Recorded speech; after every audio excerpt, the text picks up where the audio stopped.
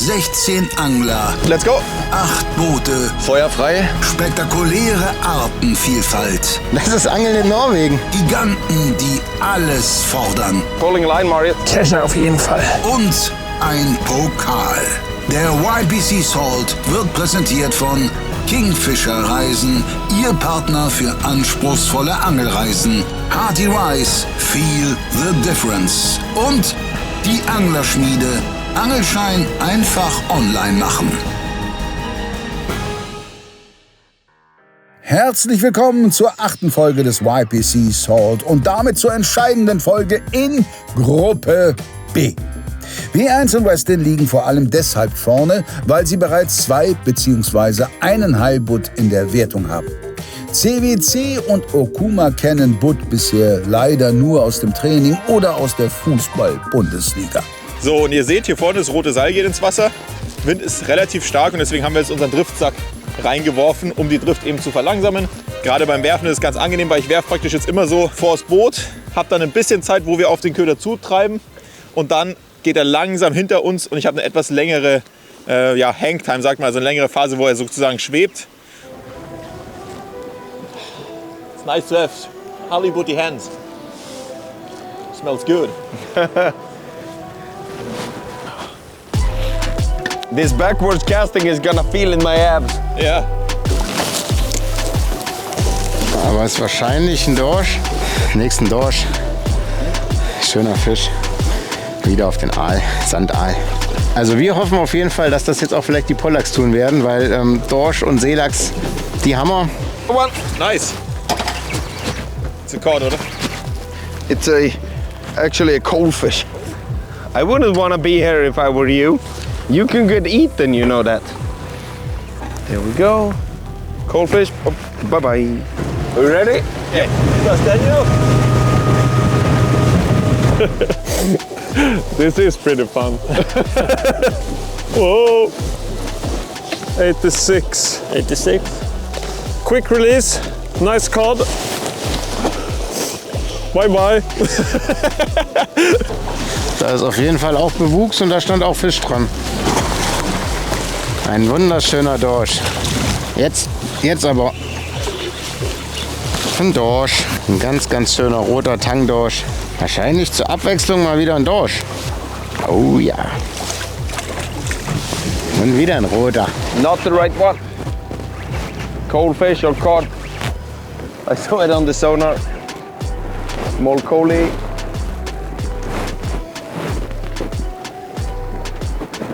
Beautiful fish. Nice bait fish.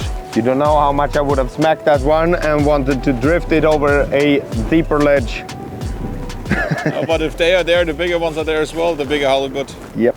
I find it quite amazing that you find one right away. You think that you have found some kind of pattern and then nothing. Yeah, that is fishing, but it's particular for a halibut. Like, for some reason they all behave so differently sometimes. Weiterhin reichlich Fische, doch nicht die richtigen. Marcel und Katja verzweifeln weiter am Pollack, während Westin den zweiten Halbbutt sucht. Läuft es bei B1 mehr nach Plan? Ja. Oh ne. Das ist nix. So, kleine Störenfried. Tschüssi. Die Arno Dübels unter den Dorschen. Aha. Hab doch noch Lust. Oh.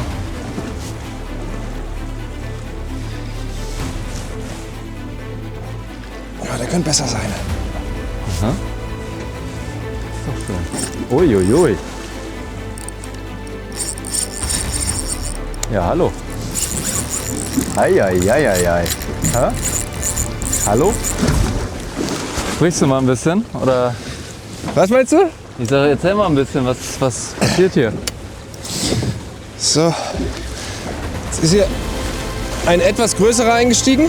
Der nimmt auf jeden Fall schon gut Schnur von der Rolle. Und ich weiß nicht, auf wie viele Meter wir uns aktuell noch befinden. 85. 85 Meter Tiefe. Das wird noch ein bisschen dauern. Ja. Sollte das ein Dorsch sein, wird das wahrscheinlich ein Upgrade sein. Müsste ich mich schon schwer täuschen. Aber dann pullen wir mal. Und ihr könnt jetzt auch mal schön die Route in der Aktion sehen. Voll parabolisch hier quasi. Das macht richtig Spaß.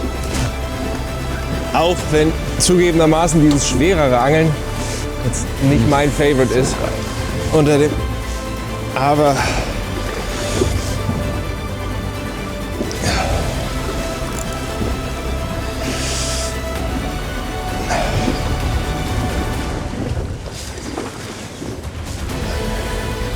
Vorsicht. Runter. Jo, Löwe. Ja, Wollo. Der hat auch einen Meter. Genau die brauchen wir.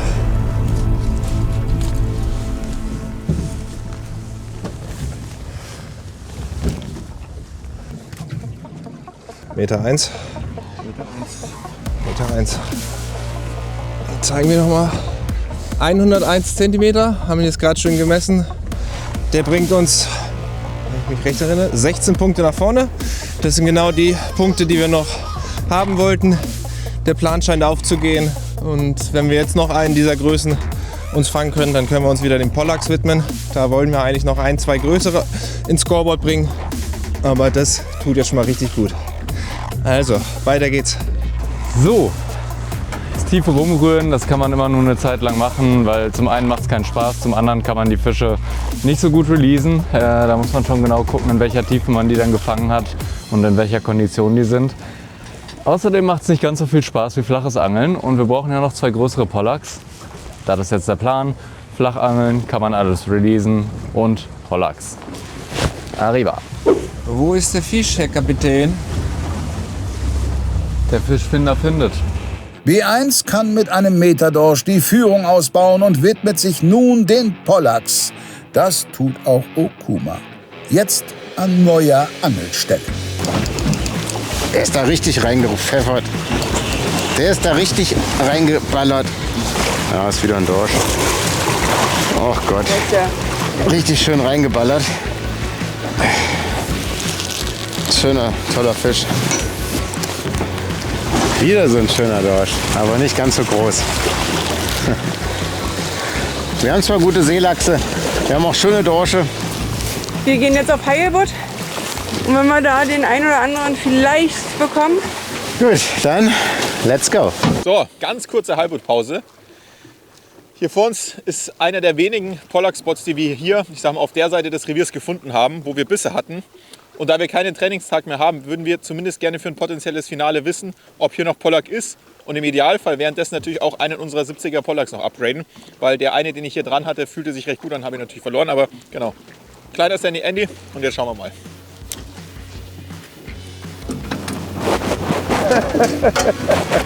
I love fishing for Pollux. Is it caught? I don't know. No, I'm quite sure it's a Pollux. Nice. Yo, oh nice one. That could be an upgrade. That could actually be an upgrade. Ja, oh, that could be an upgrade. First cast, what the hell? Leute, wie geil ist das? Yeah! I just said, I don't know if you understood it, I just said we will check it for the final maybe and see if we can get an upgrade. And I think that might be one. Oh yeah, let's see. I think that is 75. 62 again. Ja, 62 Gramm Sandy Andy wieder. Den Weiß, den habt ihr schon ein paar Mal gesehen bei uns. Imagine not being an upgrade and we are super sad. No. No. 65. 65. Let's make. Let's make a couple of Yes, more. let's see if we can Cool. upgrade it. We will put it back though. Yes. How good is that? Also good fish? Yeah, I think so.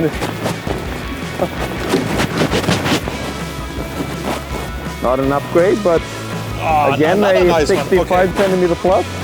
It's the only spot we found here. Yep. And I would say We will leave it. we now. need to leave it because if we make it to the final, this will very likely be the place where we catch the Pollux. Because this is So 63 or something. very nice fish. Nice. Could be very useful for the final if Yeah. we catch these guys. We will leave them for now. Ja. Bye bye. So, das war schön mit den Pollux. 2 Stück für Erik, richtig cool. Das sollte damit abgehakt sein. Jetzt haben wir die große Crazy Daisy draußen. Wieder die schweren Routen. Denn jetzt wird es wieder etwas vertikal auf Heilbutt probiert. Hollywood? No, Cody.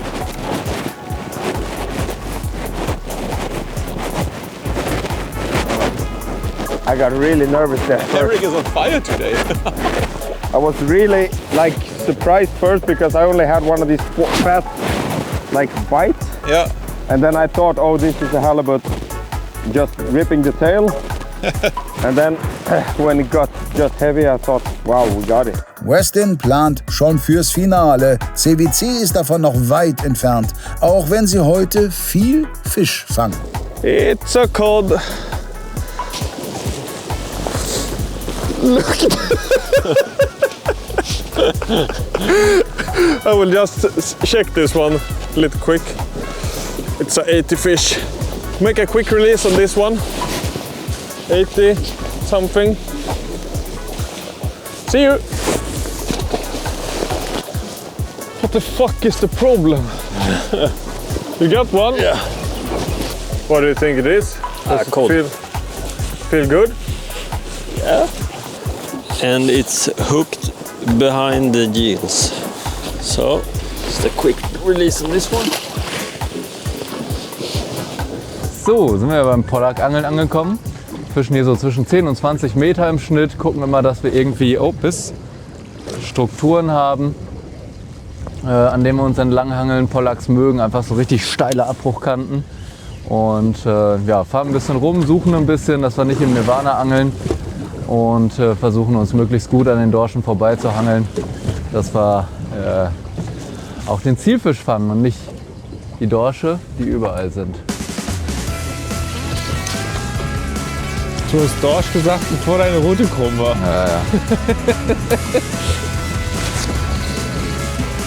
Ja. Nochmal Bestätigung, dass ich auch wirklich das sehe, was ich da unten sehe. Ein weiterer Grund, keine Drillinge zu fischen, sind vor allem die Dorsche, die hier so eine Krokodilrolle immer machen. Und wenn man dann die mit der Hand landet, so kleine Dorsche wird man ja niemals gaffen. Ich setze ihn mal eben zurück. Und man hat dann einen Drilling, der sich damit rumdreht. Zum einen tüdelt er sich ums Vorfach und zum anderen macht er sich auch in der Hand nicht so super gut. Deswegen meine Empfehlung auf jeden Fall immer Einzelhaken. Da macht sie natürlich in der Abdrift auch immer richtig schwer. Schöner Tangi. So, bei der Handlandung einmal kurz warten, bis sie das Maul aufmachen. Dann kommt man deutlich besser rein. Schöner Tangdorsch. Interessant, wie die alle unterschiedlich gefärbt sind. Ne? Manche sind ganz hell, manche haben hier diese Farbe. Hoppala. Aber wir suchen einen anderen Fisch in der Farbe. Dorsch. Richtig rot. So. Noch ein Tangi. Hier ist auch alles voll mit Tang. Von daher wenig verwunderlich. Aber wir brauchen einen Pollack. Hui. Erweist sich halt irgendwie gar nicht so einfach, wie wir es gehofft haben. Jetzt setzen wir halt auf die Heilbutt. Und wenn wir die bekommen sollten, müssen wir die Pollacks noch mal angehen. Aber Fokus jetzt auf den Heilbutt. Please take a big cod now, William. Working on it. You try your best. Yeah, maybe. Maybe an improvement. You need to check that at least.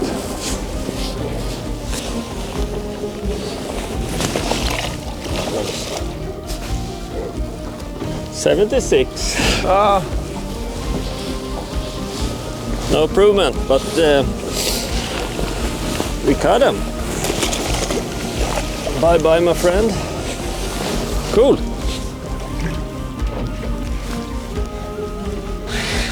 Ich habe nur das Weiße gesehen. Dann ist er einmal reingehackt.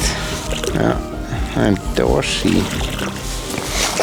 Oh, da ist er. Schuh. Jo, geht doch schon zurück, Kollege. Gestern waren wir hier irgendwo. Oder wir fahren dahin, wo wir gestern waren. Vielleicht ist es einfach gerade nicht die Zeit, ne? Ja. Das kann halt sein, ne? Dass die einfach gerade nicht fressen. Aber der Spot ist, glaube ich, richtig.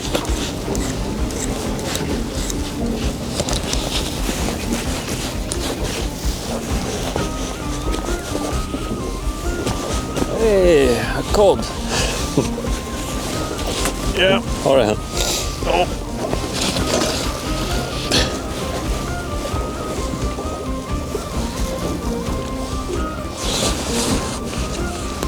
It's a cod. Egal auf welches Boot wir schauen, die Dorsche sind absolut im Fressrausch.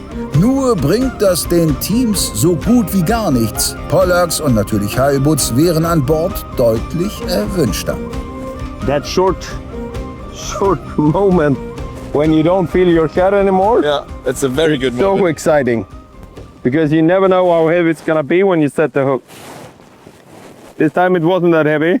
It was a very full cod. To use the low tide now to go for haddock is probably premature, right? The halibut is too important Yeah, in terms of getting those points. yeah. Because That's if 85 Okuma points. gets 2, we're fucked. That's right, yeah. And even if Okuma is lucky in getting a big one, Exactly, we're we're also. fucked as well. Jetzt in der Lage, wo wir auch nicht wissen, was die anderen machen, arrogant zu werden und irgendwas zu angeln, was wir nicht wirklich brauchen, ist eigentlich auch Quatsch. Hier steht jetzt mal wieder Futterfisch, aber ist halt alles nicht so der Rede wert. Ich bin dafür, wir gehen Buttangeln, weil bisher habe ich jetzt einen gefangen, beziehungsweise zwei gefangen, einer aus dem Netz. Die waren aber beide untermaßig und insofern würde ich sagen, ziehen wir jetzt mal durch, holen uns einen Butt und diesmal einen maßigen für mich. Auf jeden. Catch with care, never give up. Keep on supporting, sharing, and we will do all we can. Yeah? Yeah? Yeah, we do. Westin rechnet beim Pollack-Angeln, CWC hofft auf Unterstützung des Publikums und B1 geht Heilbutt-Angeln. Genau das hat auch Okuma jetzt vor. Wir haben uns dafür entschieden, die Pollacks erstmal gehen zu lassen und gucken, dass wir jetzt einen Heilbutt hier irgendwie fangen, oder? Damit wir unsere Chancen noch ein bisschen steigern, ins Finale zu kommen und nicht kochen zu müssen. Na, ich glaube, das wird schon schwierig. Also wir müssen auf jeden Fall jetzt unsere Hausaufgaben machen, gucken, dass wir jetzt hier einen Heilbutt fangen. Wir starten Und rein. ja. Los geht's. Ja, los geht's, genau. Schauen wir mal. Drückt uns auf jeden Fall die Daumen. Auch mal ganz schön ein bisschen gefahren zu werden. Ich fahre zwar auch sehr gerne, aber jetzt haben wir erst mal 20 Minuten Fahrt vor uns. Da werde ich mal schön ein bisschen die Augen zumachen. Weil schlafen tut man hier echt wenig. I had a bite on the drop. Something very Fishy. motivated. I think it's a coalfish. Ich glaube, es ist ein Seelachs. Haben gerade noch mal kurz einen Versuch Pollack gemacht. Doppeldrill, nice. No, ist ein Pollack. Oh gosh. Oh my god, Daniel, I also have a Pollack. Also Pollack, glaube ich, funktioniert ganz gut. I also have a Pollack. Double bite. Und auch bei mir beim Abfallen lassen. On the drop. It looked like Mike Tyson. I will put it back. Bye bye.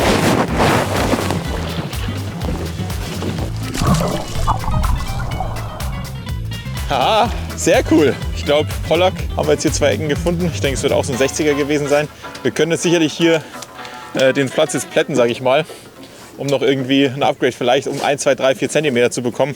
Aber ja, es ist leider nur gerade überhaupt gar keine Strömung unterwegs. Deswegen werden wir jetzt wieder zum Heilbutt werfen gehen, weil zweiter Heilbutt ist das, was uns am allermeisten bringt.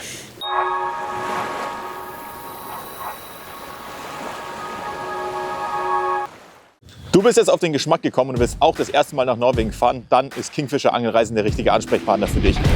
Ja, richtig, richtig nice. Boah. In einer großen Auswahl an Anlagen haben sie wahrscheinlich das richtige Ziel für dich und natürlich noch dazu super sympathische Ansprechpartner, die dir dabei helfen. Und das Beste, sie buchen alles für dich. Anreise, Unterkunft, Boot. Du musst also nur noch hinfahren und deine Angel auswerfen und hoffentlich deinen Traumfisch fangen. Also, wenn du zum ersten Mal nach Norwegen willst, schau jetzt bei Kingfisher Angelreise vorbei und buche deine erste Reise. Liebe YPC-Community, mit dem Start der ersten YPC Salt Staffel haben wir auch unser Angebot im Shop erweitert. Ab sofort findet ihr in unserer Kategorie Meeresangeln eine handerlesene Auswahl für euren nächsten Trip ins Salzwasserabenteuer. Während wir auch in den kommenden Wochen weiter das Sortiment fleißig ausbauen, könnt ihr schon jetzt die fängigsten Produkte zum Meeresangeln bei uns entdecken. Ob Routen, Rollen, die passende Bekleidung oder Köder. Checkt dafür einfach den Link in der Videobeschreibung und jetzt viel Spaß beim Weiterschauen.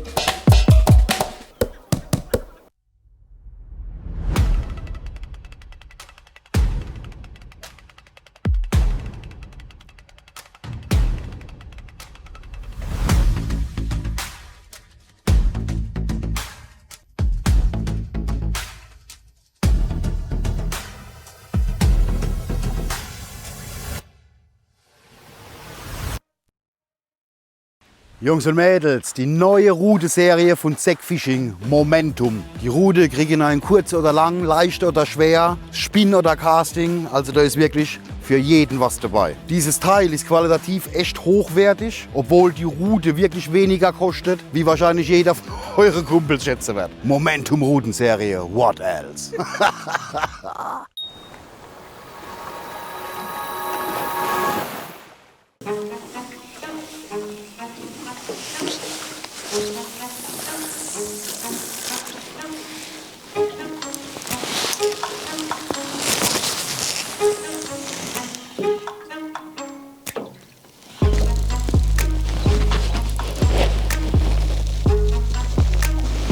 Bottom.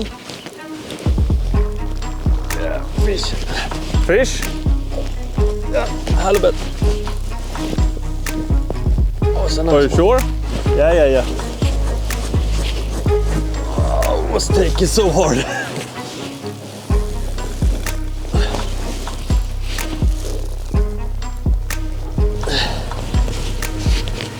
What do you say? Halibut. Yeah? Yeah. It's a big one. What? Yeah. It's a big one. We haven't Done anything?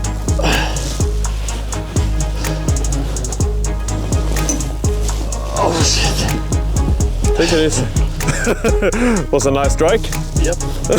Yep.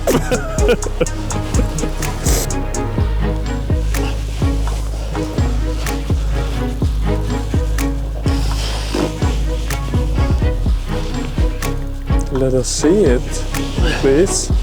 It's a stone!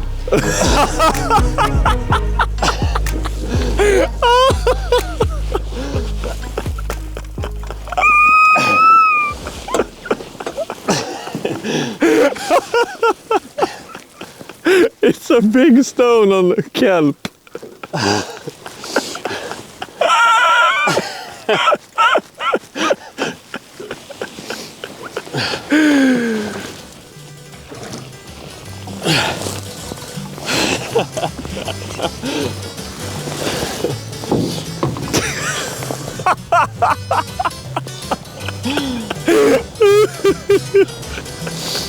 That's a show for sure. I will release this gently. It felt exactly like a big halibut. But it was a big stone. Mit einem Boot wäre CBC wieder voll im Rennen gewesen. So trägt der Steindrill leider nur zur Unterhaltung der Zuschauer bei. So, wir sind am Bootspot angekommen. Es wird wieder geleiert. Schöne Drift, da arbeitet der Köder die ganze Zeit. Und starten jetzt mal bei 20 Meter Tiefe, das haben wir noch gar nicht probiert. Ist beim Leiern halt total human, beim Werfen schon ein bisschen nervig. Da muss man schon sehr, sehr langsam kurbeln oder sehr schwere Köpfe, also 120, 150 Gramm verwenden, damit man da auf entsprechender Tiefe bleibt. Es sind noch 2 andere Boote da, das heißt, die werden noch nicht ihre 2 Boots haben, sonst wären die nicht mehr hier. Wir haben ja jetzt alle Ruhe, alle Zeit der Welt, hier noch ein Boot zu fangen, hoffentlich möglichst groß. Fisch? Mini-Boot, jawohl. Geil. Zielfisch. Der ist noch ein bisschen klein. Weiß nicht. Ich schätze jetzt mal 50 cm. Aber Wo einer steht, stehen mehrere. Das haben wir in den vergangenen Tagen gesehen. Upsi! Es ist gerade praktisch keine Drift, keine Strömung. Und deswegen sind wir jetzt flach gefahren, wo wir beim Werfen auf Fische angeln, die im Idealfall eben nicht an irgendwelchen Strömungskanten stehen, sondern einfach auf dem Sand liegen und von unserem Köder getriggert werden, den wir an ihnen vorbeiziehen. So zumindest die Hoffnung. So, ganz kurz noch zu dem Tackle, mit dem wir auf Heilbutt oder an sich hier ziemlich viel angeln. Und zwar haben wir jetzt bei... Er hat einen Fisch. Yeah, probably a small cod.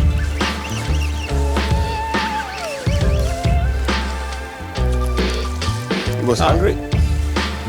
We need Halibut. You know. Petri Heil. Thank you. So, für alle, die sich fragen, mit was für einem Tackle wir hier auf Heilbutt angeln, beziehungsweise grundsätzlich hier in Norwegen, das ist zum Teil das, was wir schon seit längerem in der Range haben, unsere Bootsrouten und ähnliches. Aber wir haben jetzt seit neuestem auch eine Salzwasser-Range, die eigentlich für das mediterrane Salzwasserangeln gemacht wurde, nämlich von Markus Vidalis, den kennt ihr vielleicht, das ist wirklich eine Legende da in Griechenland da unten. Und da haben wir so ein bisschen gewildert, da habt ihr vielleicht schon ein paar Routen von gesehen. Die Powerstick-Routen, gut, die kanntet ihr von davor schon, gibt es jetzt als W2 und als W8-Routen, die haben wir zum Pollack-Fischen. Und hier eben zum Heilbutt-Angeln haben wir die Offshore Powercast, und zwar das ganz schwere Modell in der W2 Range. Bis 200 Gramm habe ich vorhin schon erzählt. Die hat einfach richtig viel Power, ist eigentlich so gemacht, um irgendwie riesige Amberjack und Thunfische zu fangen. Und ist deswegen für Heilbutt genau das Richtige. Hat einen richtig geilen Hebel. Kann man eben die kleinen Köder auch super gut mitwerfen, so 80, 100, 150 Gramm. Darauf haben wir unsere neue W4 Salzwasserrolle. Das ist jetzt zwar die Version fürs warme Salzwasserangeln, könnt ihr aber genauso gut auch in Norwegen einsetzen. In der 8000er Größe und die kleineren Größen 5000, 4000 haben wir zum Pollackangeln im Einsatz. Und darauf eben die W6 geflochtene Schnur in der 0,37 mm Version oder eben unsere W3 Schnur in der 5-farbigen Variante in unterschiedlichen Abstufungen, eben nach ganz oben 0,37 zum Vertikalangeln und runter bis zu 0,23,5 fürs Pollackwerfen. Genau, also wenn ihr da auf der Suche nach einem neuen Tackle seid für eure Meeresangelei, schaut euch auch mal die Range für das warme Salzwasserangeln an, weil da kann man einige Routen finden, die hier für Norwegen auch richtig gut passen.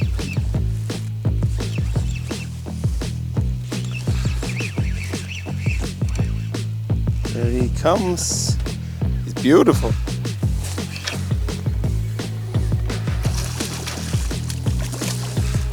This would have been fun on the lighter gear. Nice little cod. Schleppen macht Spaß. Komm, wir holen den uns jetzt. Wahrscheinlich ein Dorsch. Es wird zum Pollack.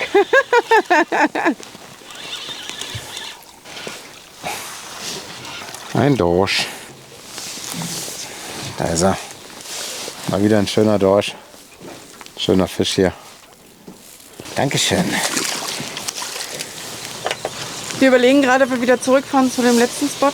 25 Minuten sind wir da. Können wir da noch 2 Stunden angeln. Machen wir halt so viele Driften, wie es geht und versuchen einen zu fangen. Ja. Na dann, let's go. Keine Zeit verlieren.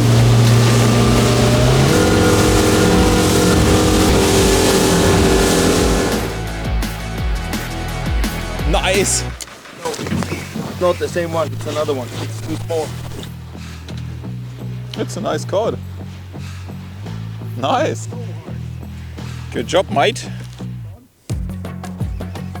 If we would have gone for halibut, it would have been so much fun to go for these ones with lighter spinning gears.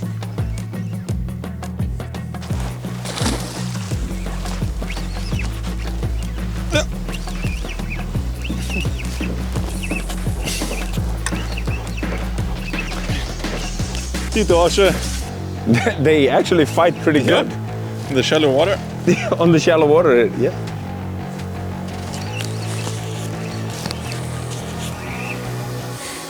Oh no, it's a Coley. That's why it fights so good. Ein Seelachs im Superflachen, wirklich verrückt. Da seht ihr ihn. Oh, it's a nice Coley. Like nothing giant, but hey, cool. Witzig, was im Flachwasser alles so abgeht. Auf den kleinen, leichten Curltail, ein Flachwasser-Seelachs. 10 Meter Wassertiefe stehen die Viecher hier. Cool, ganz kurz war ich hyped, ob es vielleicht ein kleiner Heilbutt wieder ist, weil er dann auf einmal doch ein bisschen zu viel gemacht hat. Arrivederci. Hier stehen alle Boote und wollen den Boot.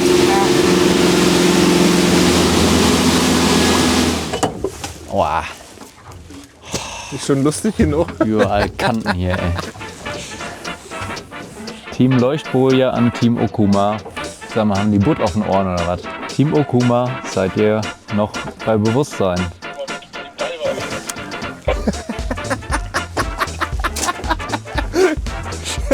Ey, hör mal, was macht ihr hier auf dem Spot? Ihr seid doch gar nicht im Turnier. Habt ihr schon gebuttet? Okuma antwortet nicht. Dafür Daniel, der auf dem Diver-Boot zu Gast ist. Ja, es war schon ein little baby, man. 40 Zentimeter. Ja, wir haben gerade auch ein Little Baby gefangen. Komm, jetzt fang ganz großer. 2 Meter für den Anfang. Jetzt werfen wir hier auf Halbbutt. Sandaal in Gelb hat sich wirklich extrem bewährt. Pink ist auch eine sehr gute Farbe, Orange auch. Und ja, den werfen wir so leicht in die Abdrift, so schräg hinter das Boot. Lasse ich den einmal zum Grund sinken und den klopfe ich jetzt nicht an. Das halte ich für nicht notwendig, sondern ja, leier den ein paar Meter vom Grund weg. Lasse den auch wieder stehen und kurbel ihn dann ziemlich langsam durch. In der Mitte lasse ich ihn noch einmal wieder absinken, dass ich weiß, dass ich auf der richtigen Tiefe unterwegs bin. Und dann geht es zurück zum Boot. Und wie immer beim Bootangeln immer gut ins Wasser gucken, wenn ihr einen Nachläufer habt. Stehen lassen das Ding. Warten, warten, warten. Der beißt schon. Ja. Auch eine kleine Platte. Ist ja alles voll. So. Nächster Heilbutt. An der Größe müssen wir weiterhin noch arbeiten. Ich weiß nicht, ob es man sieht. Auch diese kleinen Dinger haben richtig Power. Das ist eigentlich durchgehender Muskel.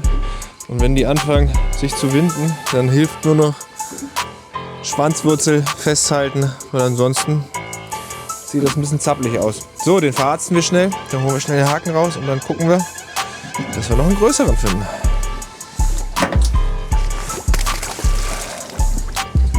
Sauber, weiter geht's. Frequenz stimmt schon mal. Ja. Nur noch die Größe, die muss nach oben geschraubt werden. Aber Spaß macht's. Ja, machst du weiter, ist der nächste maßig. First of all, we had a plan, and we seems to have a little bit of problem to catch the last coalfish. And the plan was to catch that pretty fast, I think, and then go all in for the halibut. But that last coalfish has been a big problem for us today. To even have some sort of chance, we have to catch a halibut. So that's the plan right now. Go in and make some spin fishing in the shallow areas. That's our plan. Jo. Gosh.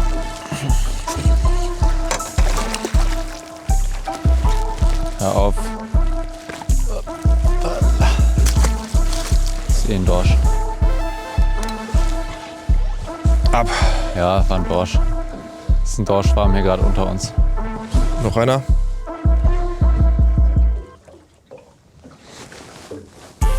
Hängt. Wo hängt der Dorsch?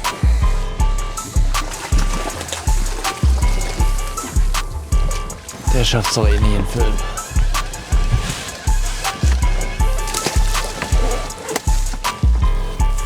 Die 15 Extrapunkte werden wir jetzt erstmal weglassen. Ich glaube, unsere Pollacks sind auch nicht so verkehrt, aber halt auch schlagbar. Und ich kann mir genauso gut vorstellen, dass zum Beispiel Okuma oder auch CWC 2 Halbbuts fangen. Ich glaube, B1 ist eh durch. Mal schauen. Nervosität steigt. Ich hätte nicht gedacht, dass es noch mal so tight wird, nachdem wir so schnell ein Halbbut hatten. Vor allem 2 eigentlich ja sogar. Schauen wir.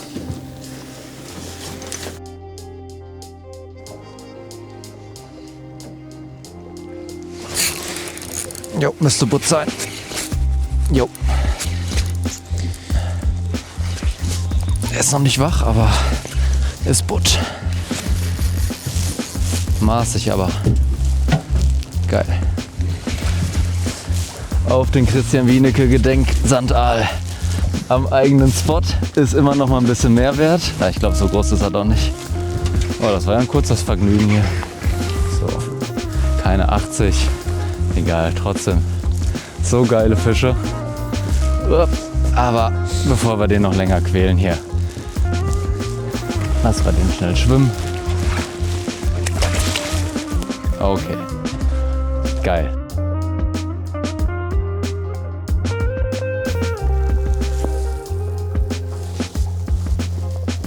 Siehst schon, oder? Ja.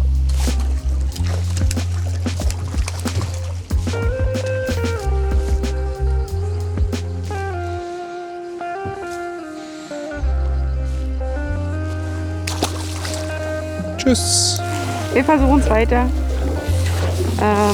Ja, die letzte Stunde läuft. Die Schlussphase ist angebrochen. P1 scheint durch zu sein. Dahinter ist eigentlich noch einiges möglich. Doch dafür müssten Okuma und CBC endlich wieder Zielfische an Bord bringen. Es fehlen weiterhin nicht nur die Butts. That's always the hardest part to film fishing. Sometimes maybe good, sometimes maybe shit. Bin mir noch unsicher. Ne, ist glaube ich ein Dorsch. Na, könnte auch Butt sein. Bisher hat er noch nicht gemerkt, dass er ein Butt ist, wenn er einer ist, aber ist ein Dorschinger. Kein schlechter. Hoppa. Jo, kann sich schon sehen lassen. Und oi, ganz nobler Abgang. I would say it's a cod.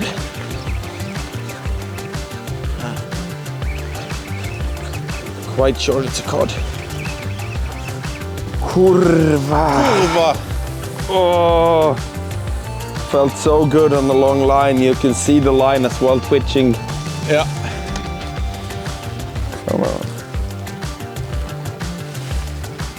Go get your halibut, buddy. Oh. Fisch. Und da ist er doch wieder. Dorsch. Ja, ist Dorsch.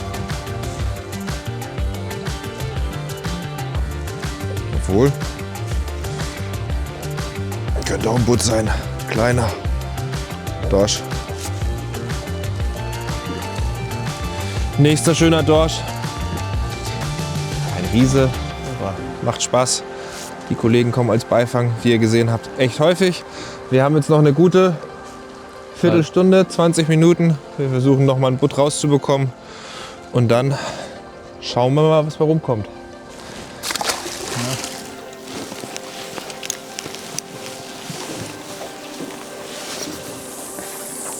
Ein harter Angeltag hier heute auf dem Meer. Fische haben wir natürlich schon ein paar gefangen. Leider die falschen Arten. Nee. Auch ein Dorsch. Ja. Kam so weit oben für einen Dorsch. Uiuiui. Uiuiui. Haben wir uns wieder eingewickelt bis zum Anschlag? Ja, schön. Und das war ein ganz großer. Und tschüssi.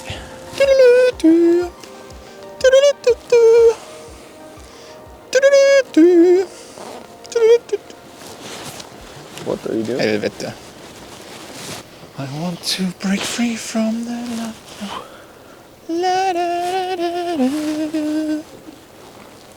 something's weird. I think I have like grass.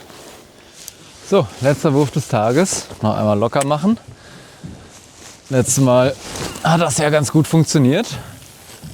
Fühlt sich auch alles ziemlich perfekt an hier gerade. Aber ansonsten bleibt nur zu hoffen, dass unsere Leistung ausreicht. Was die anderen machen, haben wir keinen Einfluss drauf. Die Butts haben heute auf jeden Fall gebissen, also es kann noch richtig spannend werden. Ihr wisst schon mehr als wir.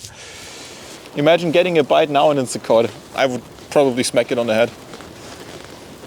I wouldn't probably. Thing is, perfect ending to this day. I have like caught something, like grass. Yes. Yes, and a lot of it. Wie unser Tag so lief, seitdem wir den Fisch hatten. So. Ja, I don't have to drop it anymore. Das war's. Ja. That was it. Aha. Stark angefangen und stark nachgelassen, wobei ich gerade schon mit Erik gesprochen habe. Also so wirklich viel können wir uns gerade auch selber eigentlich gar nicht vorwerfen. Also wir haben tolle Driften gemacht, da wo wir trainiert haben, da wo wir die Fische im Training hatten. Wieder beide Spots, wo wir trainiert haben, wo wir Fische hatten, haben wieder keinen gebracht. Den einen Spot, den Erik schon seit längerem kennt, den wir besucht haben, der hat einen Fisch gebracht. Da war auch die meiste Aktivität, da waren auch die meisten Boote. Also den kennen, glaube ich, fast alle wahrscheinlich mittlerweile im Camp. Aber ob es fürs Finale gereicht hat, mein Bauchgefühl sagt nein. We didn't have our luck, the luck on our side. So. No, we have tried and tried and tried. Yeah. but That's fishing. yeah, that's exactly what it is. That's We fishing. will be back. Good luck for the teams in the final. Yeah. Which one? Who do you think? I think Christine and D1. Yeah. Yeah. Think that too. Bye bye and thanks. And thanks to you, my friend, Yeah. for these 2 days. Ooh, good fight. Yeah. Bye bye. Bye bye. Wir haben heute Morgen 3 Stunden in den Pollack investiert. Das hat leider nicht funktioniert, das habt ihr gesehen. Dann haben wir gesagt, okay, eine Chance haben wir noch, wenn wir einen großen Heilbutt oder 2 fangen. Vielleicht reicht es dann fürs Finale. Aber wir haben jetzt die letzten Stunden wirklich geworfen, mal ganz kurz auch geschleppt auf Heilbutt. Wir haben einfach gar keinen Biss gekriegt. Wir haben noch 2, 3 kleine Dorsche gefangen. Das war's aber leider. Also kein Heilbuttbiss. Aber so ist halt Angeln, ne? Genau, man weiß nie, was der Tag mit sich bringt. Genau, aber bei so einer Kulisse hier, ne, wenn man sich das einfach mal anguckt, da oben liegt noch Schnee auf den Bergen. Das Wetter heute war einfach herrlich. Ne? Heute Morgen hat man noch ein bisschen Wind, da ist natürlich alles ein bisschen eingeschlafen. Also einfach ein schönes Angeln hier in Norwegen, muss man sagen. Genau. Katja, mir hat es auf jeden Fall Spaß gemacht. Vielen Dank. Und Ja, wir sehen uns. ciao, ihr Lieben. Ende aus Mickey Mouse. Das war's. Ein sehr erfolgreicher Tag, würde ich sagen, geht zu Ende. Pollacks gefangen, Dorsche dick abgegradet, Alter. Richtig nice. Ja, jetzt bleibt zu hoffen. Die anderen hatten auch einen schönen Tag mit Dorschen und Seelachsen und ganz vielen Pollacks. Und vielleicht auch einem Butt. Könnt es ja ruhig spannend machen.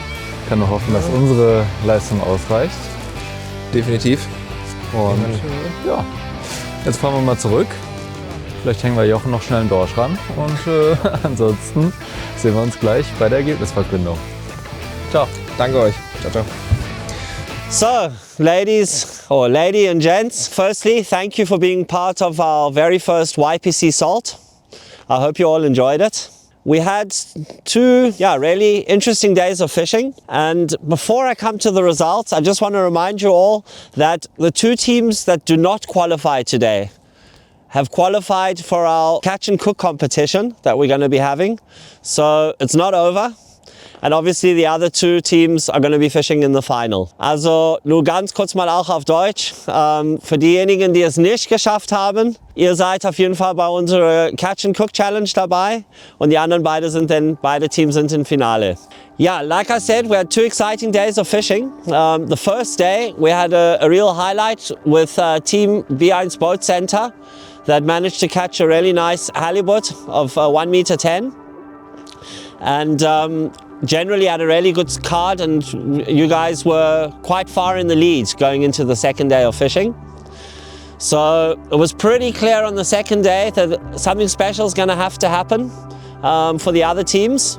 But as it turned out, something special happened straight away, and that was again for B1 Boat Center. They managed to catch their pollacks really fast. Then they also upgraded on their cods. So with a full card, as the only team in the group also with a full card, congratulations on making it to the final.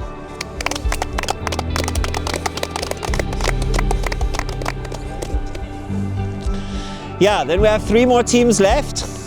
And I think we've seen over the last few days that catching a couple of halibuts can make a big difference in this tournament.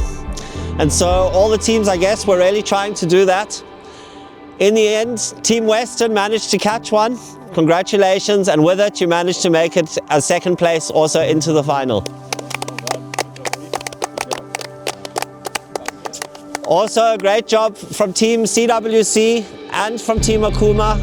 You caught some great fish. Congrats, you came 3rd and 4th, and we'll see you guys in the Catch and Cook Challenge.